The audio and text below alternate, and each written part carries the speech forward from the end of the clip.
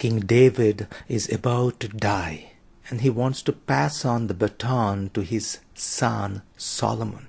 And today's first reading gives us the detailed instructions of what are the preferences, what this king of 40 years of his rule has to give us, not just to Solomon, but in all his greatness, in all his failing and weaknesses, what he has to say to us. And there is no great advice of wealth. Solomon is considered to be the great man of wisdom, who ever lived with the wisdom of God on this earth. Where does it comes from? No doubt from God. But could it be from the instructions of his father, King David? See what he says.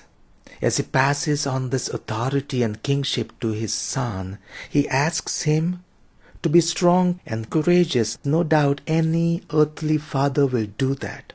But further, he says, keep the charge of the Lord your God, walking in his ways and keeping his statutes, his commandments, his ordinances, and his testimonies.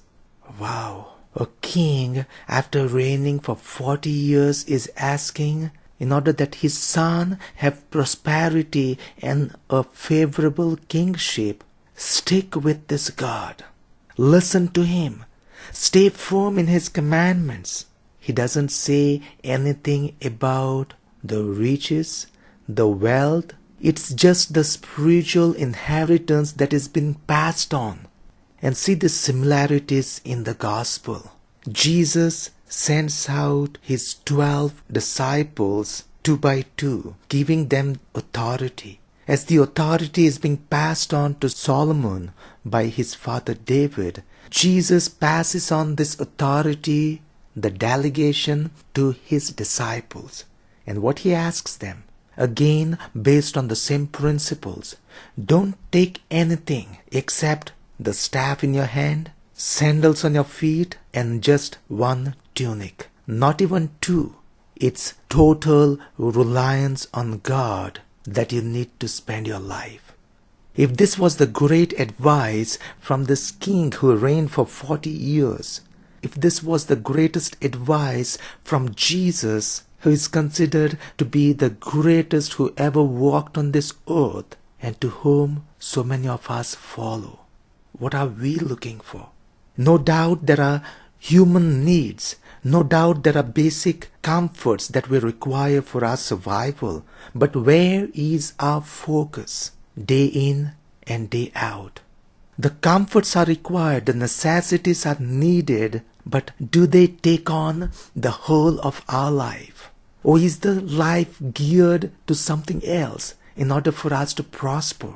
And mind you, during this time of King David, it wasn't just a comfortable life for the king. They had to fight. The other countries will wage war again and again against you. And despite of all this, whether it's about the war, whether it's about the material prosperity they required, whether it's about the growth of his kingdom, stick to the word of the Lord. Stick to the word of God. Stick to his commandments. Listen to what he says to you. That is going to make you prosper in life. Let us evaluate where we are. And maybe if something of what I've said, if something what King David passed on to his son Solomon, if something what Jesus passed on to his disciples inspires you, give little time to ponder and see what are our preferences. As much as we stick on to this God, he is going to work out the things.